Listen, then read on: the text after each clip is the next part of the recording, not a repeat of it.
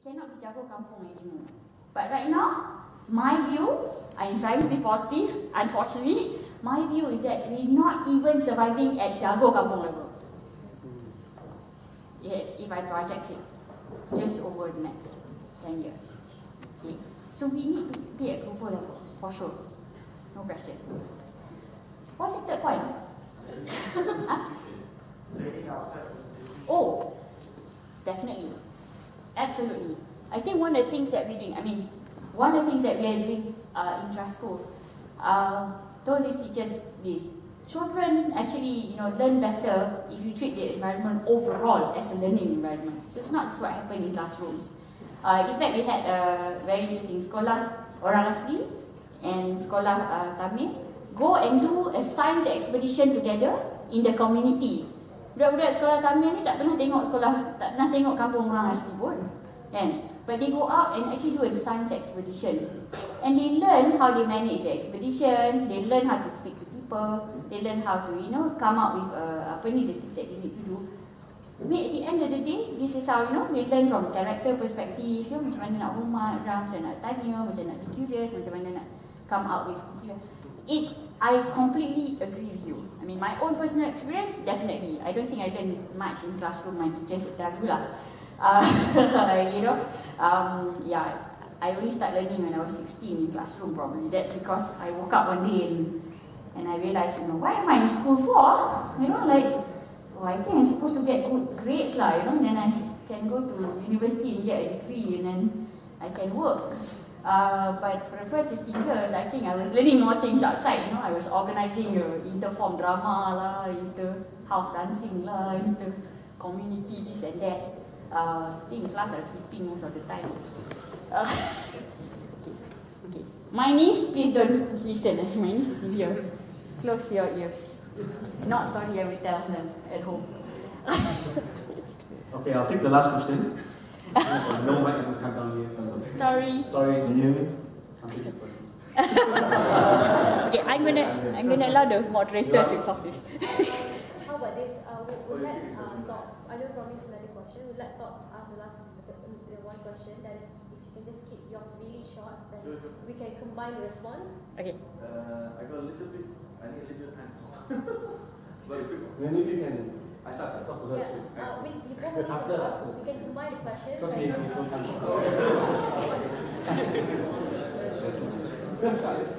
Okay, my name is Christoph. I run a project for iProject. Actually, the first thing I want to say is a challenge to our friend there, Brandon. You talk about educator here.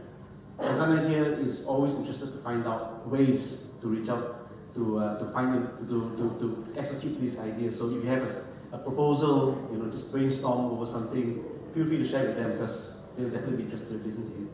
Okay, that's a challenge to you, and if you can do it, that's what we'll see. Okay, so basically I'm actually detecting a lot of cynicism here. I'm going to be honest. Okay, I know a lot of you will probably be seeing this and thinking, hey, it's all, I'm not seeing it. Unfortunately, in terms of education, we cannot see short-term deliverables. Even when we started YCM or UKC back then, nobody believed in us. It takes a lot of time and it takes a lot of faith. So I really do applaud because I'm pretty sure that she came from some kind of, I think it must be some kind of incident that would make her to be such a passionate person as she is today. So my solution to this is to get her to maybe explain during our age, or maybe when not that you're old, during your younger years, what is it that you have experienced, or probably maybe one of the first initiatives that you've done, to spur you to to where you are now, and to identify the right leaders to execute the right things. So if you can share with us, maybe we can feel more connected to see the things the way you see things. That's my question. Wow, that's a tough one. As I was telling just now, actually the first 15 years of my life, was, to me, I was a pretty ordinary kid, but I've really been lucky and I was thinking about the Great Woman series at work, Great Woman at Work series. When I first read that, I said, I got to invite my mother to speak Because, I'm certainly not a great woman at work. She's, 25 years ago, my father died of heart attack. Suddenly, she only had schooling up to standard 6. There were 5 of us. We were all still studying. And a child like me, really, really unruly. So, she's a great woman at work. I'm not. I've been so blessed. I went to a good school. In the first 6 years, my father was a Islamic advisor to the country, but sent me to a missionary school. Okay, so I had a nun who was a teacher who made sure I prayed 5 times a day. Okay? My first lesson in life is that I treat human beings as human beings, regardless of what color you are. Okay? So that's number 1. Okay. Then later, my father sent me to residential school. I thought because I was bad at home, it's pretty naughty lah. So so from 13 years old, I went to residential. It was Tengku Kusha College, if I may say so. Oh my God, my batch, I was like 118 people in the batch. I'm very, very confident I was the 118th person. Okay? They were so intelligent girls in that school. I'm like, oh my goodness, what am I doing here? But honestly speaking, the first 3 years, I enjoyed my life. I was doing everything under the sun, organize this, organize that. But I enjoyed it. And I learned a lot about community. I learned a lot about managing friends. Okay? I learned a lot about interaction. Because at that point in time, I come from a family, not very, very poor, neither very, very rich. But I saw them people who came with so much less than me. From rural areas, nothing. And he got 5 A's because they came to residential school. They had nothing, literally, to come to the school. And I was so blessed. I think, and I was just managing because they were really, really also very rich people, So I was kind of managing that. But at the age of 16, as I was explaining, this actually was my extraordinary time. Maybe it was my father's prayers.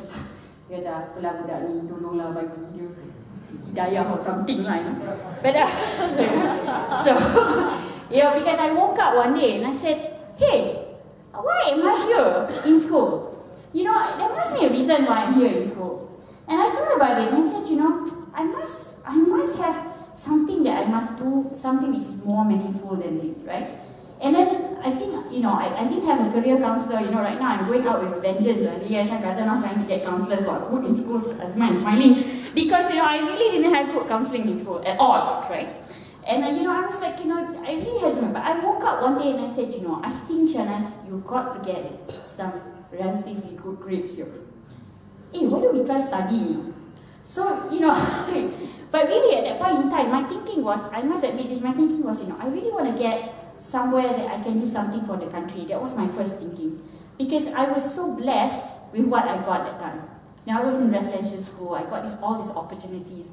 And I felt so blessed. I said, I really want to do something good for a country. I don't know what it is, but I think I know I need to get good grades first. Okay? So I started studying at the age of 16. So it was really, really a different thing from the first day I was in school, from the last day that I was in school. The first day, I really felt that I'm the stupidest person in that batch. The last day of school, not to brag, but I actually got the best student for SPM that year. And nobody in my batch believed it until today. Okay, it's a conversation every year. But how the hell did she get that? Okay, anyway, but I got that, and then I was lucky enough. I actually fought my way to get a Petronas scholarship because I felt that was the route I wanted to do. I didn't want it because of the scholarship. I wanted it because I wanted to work with Petronas. Okay? I really, really felt that was my route to serve the country. I didn't know what it's really at that time, but Petronas country. Okay? So then, then I was blessed again because when I went to UK, I got a scholarship in accountancy.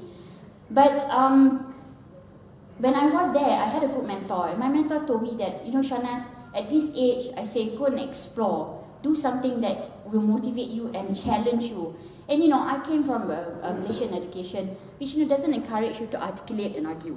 So at that point in time, I really wanted to find something that will challenge me, So I decided to do law, because law will make you argue every week, right? Every day even. So, so I asked Petronas, and again, I'm very thankful. So I asked, can I change to law? But I intend to come back and do my CPA, and Petronas said yes. So again, I'm very thankful for that. So I did law for 3 years, but I came back and completed my CPA. Now at this point in time, I wanted to go back to Petronas. Unfortunately, cut story short, we went into a bit of a row at this point. And then I told them this, I told them, my first 10 years, because when I left university, I said, I'm very focused about second lesson for you guys. Very focused about, because I want to do good for this country. So I must make sure technically I'm sound. And with law and accounting behind me, I said, I want to make sure that my gun and my bullets, are perfect lah. Because I can't go after this into a war, blazing around with a gun and bullets that, rusty and not good, right? So technically must be sound.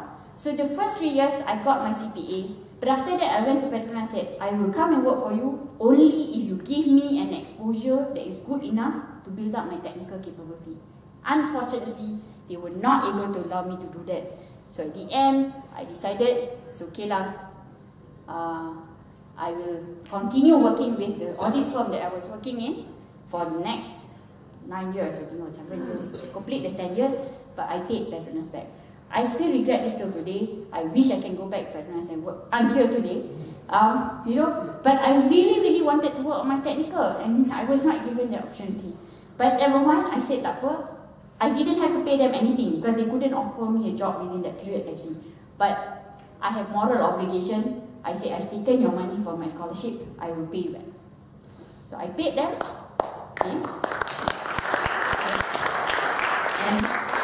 And I continued working for 10 years in Arthur Andersen because of technical knowledge. I worked 3 years as auditors, 3 years as corporate finance, 3 years as risk consulting. I built up a business, worked out a marketing, built up teams. I mean, was just working technically lah, just get on my technical.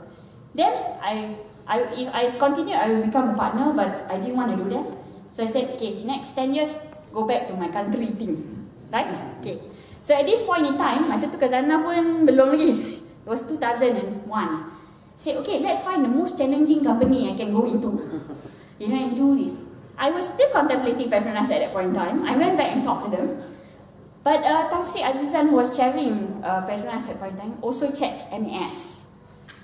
He was just appointed MAS. And he said, Shahnaz, why did you come and join MAS? MAS at that point in time was facing financial difficulties. If you remember, government just bought it over. Yeah. When I joined, we were paying salary from overdraft. So, so if you talk about high risk job, that's the highest risk. But anyway, so and then Tan Sri Makno Yusof was just appointed then as MD. So I had a chat with him, and he said, yeah, you need help. So I said, okay. So I left my cushy job to join this company that were not even able to pay my salary. But never mind.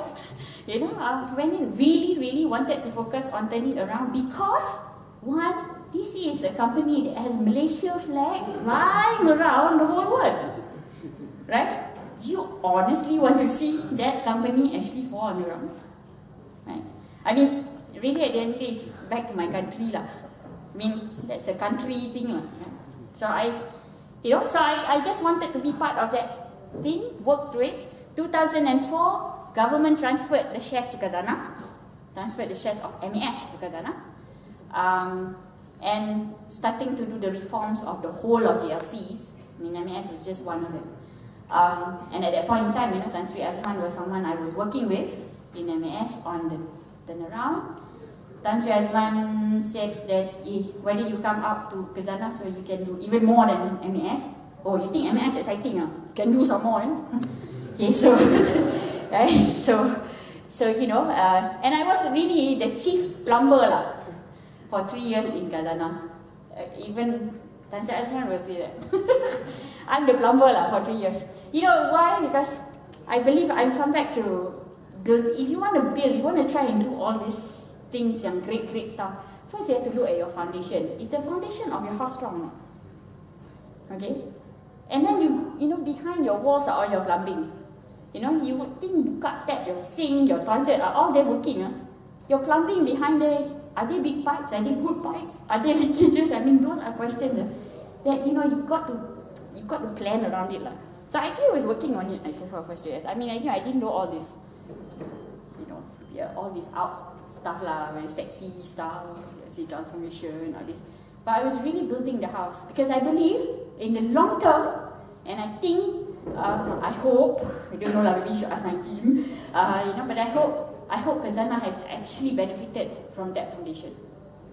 The first 3 years, we built that foundation, and I think today all the success and over the success, I think is coming from the strong foundation. And I hope after this, whatever crisis yang come and hit them, they can continue and work on that foundation.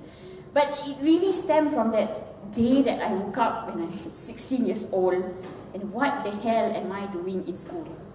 I will be really frank. That was my epiphany day, you know. And do counting for a country. Something just came in. Must be my father's prayers. That's all I can say.